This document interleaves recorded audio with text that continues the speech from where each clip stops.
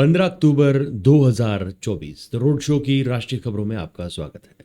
बाबा सिद्दीकी हत्याकांड में फरार चल रहे जीशान अख्तर के डॉसियर को लेकर खुलासा हुआ है कि उसका सीधा कनेक्शन लॉरेंस गैंग से है। जीशान का डॉसियर सामने आया है, उसमें लॉरेंस गैंग के सौरव महाकाल का भी नाम है। बता दें कि पंजाब में सिद्धू मूसेवाला हत्याकांड में सौरव महाकाल का नाम भी सामने आया था। सौरव महाकाल लॉरेंस गैंग का एक एक्टिव मेंबर है और अनमोल बिश्नोई का खास गुर्गा है। पंजाब के रहने वाले जीशान अख्तर के बारे में बताया जा रहा है कि इसका असली नाम मोहम्मद यासिन अख्तर है। लोग उसे जुल्मी उर्फ जेसी उर्फ सिकंदर के नाम से भी जानते हैं। जीशान के गैंग में 22 से ज़्यादा मेंबर हैं। मर्डर, डकैती, फिरौती समेत इस पर 7 मुकदमे दर्ज हैं। 2022 में ये हत्या के केस में गिरफ्तार हुआ था। इसके बाद पटियाला जेल में उसकी लॉरेंस गैंग के सदस्यों से मुलाकात हुई थी।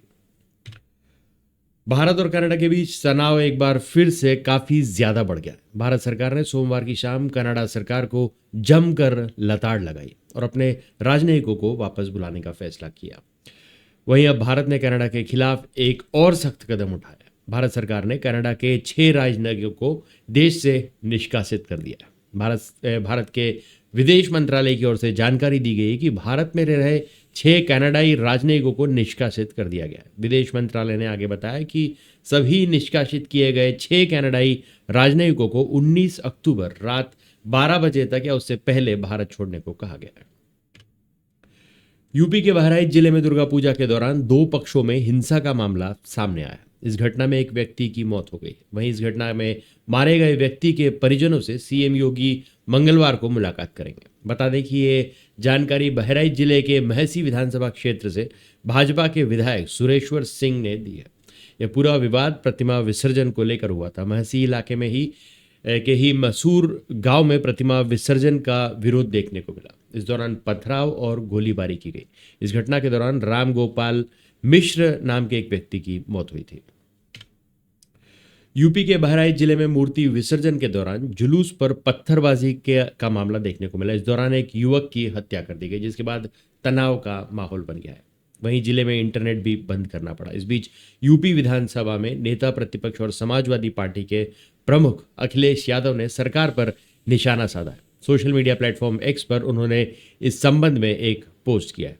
इसके साथ ही उन्होंने बहराइच में हुई हिंसा को चुनाव से जोड़कर बताया। समाजवादी के प्रमुख अखिलेश यादव ने एक्स पर पोस्ट किया। पोस्ट में उन्होंने लिखा कि चुनाव का आना और सांप्रदायिक माहौल का बिगड़ जाना ये इत्तेफाक नहीं है। जनता सब समझ रही है। हार के डर से हिंसा का सहारा लेना किसी की पुरानी रणनीति है, ये सब जानते हैं।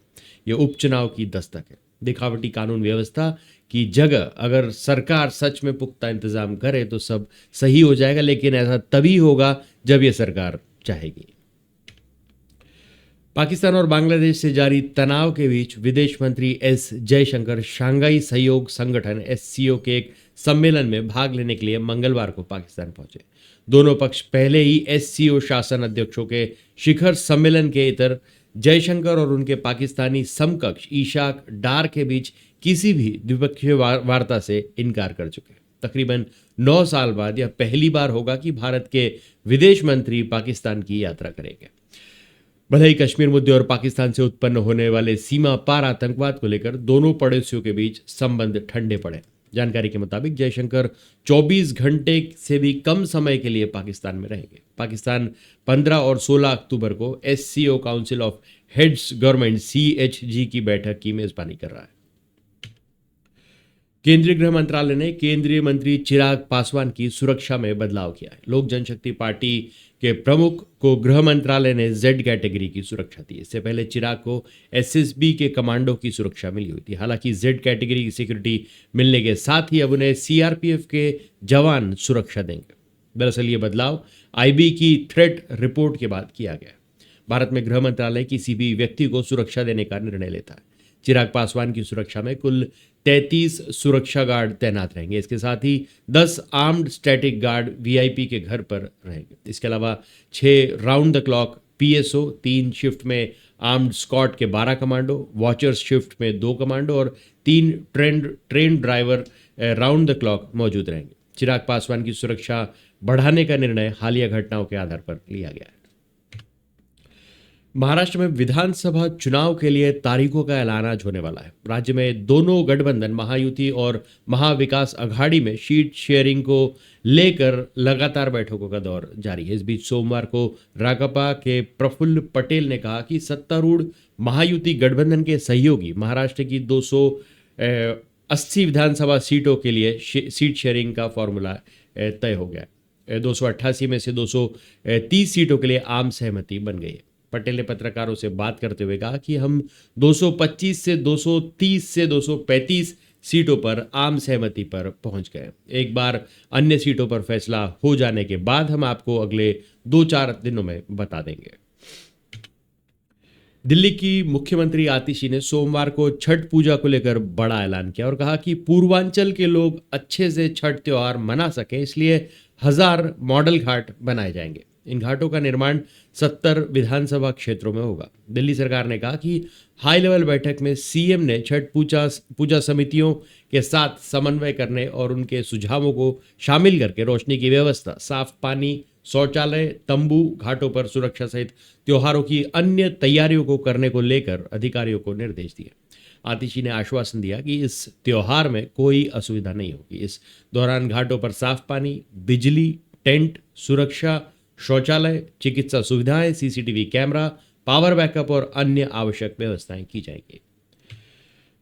जमीयत उलेमाए हिंद और संयुक्त संसदीय समिति की बैठक का सभी विपक्षी सांसदों ने बहिष्कार किया है। दरअसल जमीयत उलेमाए हिंद के एक प्रतिनिधिमंडल ने अपने अध्यक्ष मौलाना मसूद असहद मदनी की अगुवाई में वक्फ संशोधन बिल 2024 पर अपने विचार और सुझाव प्रस्तुत करने के लिए संयुक्त संसदीय समिति जेपीसी के साथ बैठक की थी।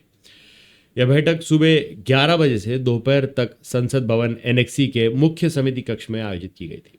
जमीयत उलेमाए हिंद ने जेपीसी में वक्फ संशोधन बिल का विरोध किया। वहीं वक्फ संशोधन बिल पर जेपीसी की बैठक का सभी विपक्षी सांसदों ने बहिष्कार किया। विपक्षी सांसद कर्नाटक अल्पसंख्यक आयोग के अध्यक्ष अनवर की बातों से नाराज थे। विपक्षी सांसदों का आरोप है कि अनवर जेपीसी की मीटिंग में वक्फ संशोधन बिल पर नहीं बल्कि दूसरे मुद्दों पर बात कर रहे थे। बीजेपी नेता और हरियाणा के नवनिर्वाचित विधायक कृष्णलाल पवार ने सोमवार को राज्यसभा से इस्तीफा दे दिया। कृष्णलाल ने राज्यसभा के सभापति जगदीप धनखड़ से भेंट की और राज्यसभा से अपना इस्तीफा उन्हें सौंपा। कृष्णलाल ने कहा कि वह इसराना से विधायक चुने जाने के बाद हरियाणा में नई पारी शुरू कर रहे हैं। बता दें कि उनका नाम हरियाणा के संभावित मंत्रियों में भी लिया जा रहा है। वह बीजेपी हरियाणा के प्रदेश उपाध्यक्ष भी है। इस संबंध में उपराष्ट्रपति ने एक्स पर कहा, उपराष्ट्रपति और राज्यसभा के सभापति जगदीप धनखड़ ने हरियाणा से राज्यसभा के सदस्य कृष्णलाल पवार का इस्तीफा तत्काल प्रभाव से स्वीकार कर लिया और इसे संवैधानिक प्रावधानों के अनुरूप पाया गया है। कृष्णलाल पवार के इस्तीफे से राज्यसभा में हरियाणा से एक सीट रिक्त हो जाएगी। केंद्र सरकार ने कर्नाटक के राज्यपाल थावरचंद गहलोत को जेड श्रेणी की सुरक्षा दी है। इस जेड श्रेणी की सुरक्षा में केंद्रीय रिजर्व पुलिस बल की तैनाती होगी। राज्यपाल बनने के पहले थावरचंद गहलोत मोदी सरकार में केंद्रीय मंत्री थे। केंद्र सरकार ने कैबिनेट मंत्री चिराग पासवान की सुरक्षा भी बढ़ा दी है। उन्हें जेड श्रेणी की सुरक्षा प्रदान की गई है। 41 वर्षीय पासवान केंद्रीय खाद्य प्रसंस्करण उद्योग मंत्री और साथ ही लोक जनशक्ति पार्टी के अध्यक्ष भी हैं। चिराग पासवान ने खुद को प्रधानमंत्री नरेंद्र मोदी का हनुमान बताया था। बता दें कि वीआईपी सुरक्षा कवर वर्गीकरण में Z+ को सर्वोच्च माना जाता है। इसके बाद Z, Y+ और X श्रेणी की सुरक्षा आती है। Z श्रेणी की सुरक्षा में 22 से 24 सुरक्षाकर्मी तैनात किए जाते हैं, जिसमें शार्प शूटर्स और प्रशिक्षित कमांडो शामिल होते हैं। कनाडा के प्रधानमंत्री जस्टिन ट्रूडो ने भारत सरकार के एजेंट्स पर खुफिया जानकारी जुटाने, टारगेट किलिंग, कनाडा के नागरिकों को धमकाने और हिंसा में शामिल होने का आरोप लगाया। Royal Canadian mounted police RCMP के सबूतों का हवाला देते हुए ट्रूडो ने दावा किया कि कनाडा से निकाले गए भारत सरकार के 6 एजेंट्स उन गतिविधियों में शामिल थे जो सार्वजनिक सुरक्षा के लिए खतरा है। ट्रूडो ने यह भी कहा कि कनाडा ने इन मामलों पर भारत सरकार के साथ काम करने की कई कोशिशें की, लेकिन भारत ने बार बार मदद करने से इनकार कर दिया। दरअसल यह पूरा मामला ट्रूडो सरकार की भेजी एक चिट्ठी के बाद गरमाया। भगवंत मान पंजाब में केजरीवाल की पहली पसंद कभी थे ही नहीं। दूसरी पसंद का राज्य में स्कोप नहीं था, इसलिए सीएम की कुर्सी भगवंत मान को सौंपने के अलावा कोई विकल्प नहीं था। आम आदमी पार्टी के एक पूर्व पदाधिकारी ने बताया, ये बात पूरे दावे से कही। पंजाब में भगवंत मान आम आदमी पार्टी का सबसे लोकप्रिय चेहरा है। पार्टी ने मीडिया ने मीडिया को बताया कि अब अरविंद केजरीवाल भगवंत मान की ताकत कम करने में जुटे हुए। केजरीवाल और भगवंत मान के रिश्ते अरविंद केजरीवाल के जेल जाने और लोकसभा चुनाव के लिए फंड न मिल पाने से ज्यादा बिगड़ गए। सोर्सेस के मुताबिक लोकसभा चुनाव के बाद इसका असर भी दिखने लगा है। केजरीवाल ने भगवंत मान पर लगाम कसनी शुरू कर दी है। इसके लिए दिल्ली से 2 खास लोगों को बड़ी जिम्मेदारी देकर पंजाब भेजने की तैयारी है। आज स्पॉटलाइट में बात परमाणु हथियार और इसके विनाशकारी असर की। सिर्फ एक न्यूक्लियर बॉम्ब के फटने से ऐसा रेडिएशन निकलता है जो लाखों लोगों की जान ले सकता है। वहीं ज्यादा संख्या में इस्तेमाल किए जाने पर यह इकोसिस्टम को तहस नहस कर भूखमरी फैला सकता है। न्यूक्लियर वेपन सबसे विनाशकारी हथियार है जो महज 10 सेकंड में भीषण तबाही ला सकते हैं। वक्फ बिल पर बनी ज्वाइंट पार्लियामेंट्री कमेटी जेपीसी की सोमवार को हुई बैठक में कांग्रेस अध्यक्ष मल्लिकार्जुन खड़गे पर वक्फ संपत्ति कब्जाने का आरोप लगाया। इससे नाराज विपक्षी दलों के सांसदों ने बैठक का बहिष्कार कर दिया। साथ ही स्पीकर को चिट्ठी लिखकर कमेटी के चेयरपर्सन जगदम्बिका पाल को हटाने की मांग की। स्पीकर को मिलने का समय भी मांगा गया। विपक्ष सांसदों का आरोप है कि कमेटी की कार्रवाई तय नियम के हिसाब से नहीं हो रही है। कर्नाटक मॉनिटरी कमीशन के पूर्व चेयरपर्सन अनवर मणिपाडी ने एक प्रेजेंटेशन दिया, लेकिन यह बिल से जुड़ा न होकर कर्नाटक सरकार और कांग्रेस प्रमुख मल्लिकार्जुन खड़गे को बदनाम करने के लिए था। अनवर ने अपने प्रेजेंटेशन में खड़गे पर वक्फ संपत्ति को हड़पने का आरोप लगाया, जिसका विपक्षी सांसदों ने विरोध किया। हिमाचल प्रदेश की छोटी काशी मंडी की मस्जिद में कथित अवैध हिस्से को हटाने के मामले में नया मोड़ आ गया है। नगर नियोजन विभाग टीसीपी ने प्रधान सचिव देवेश कुमार ने नगर निगम आयुक्त मंडी के 13 सितंबर के उन आदेशों पर रोक लगा दी जिसमें एमसी आयुक्त ने मस्जिद की 2 मंजिल हटाने के आदेश दिए थे। इन आदेशों के बाद अब इस मामले में मुस्लिम पक्ष को फिलहाल कुछ राहत मिल गई है।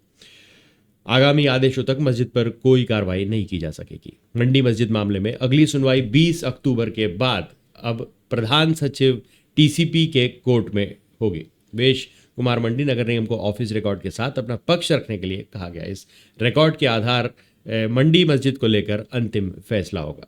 प्रधान सचिव ने यह आदेश मुस्लिम पक्ष द्वारा दायर अपील पर सुनवाई के बाद दिए। तो आज के लिए बस इतना ही। तब तक के लिए हंसते रहें, मुस्कुराते रहें, स्वस्थ रहें, व्यस्त रहें और मस्त रहें। जी हाँ, चैनल को भी जरूर सब्सक्राइब करें। धन्यवाद।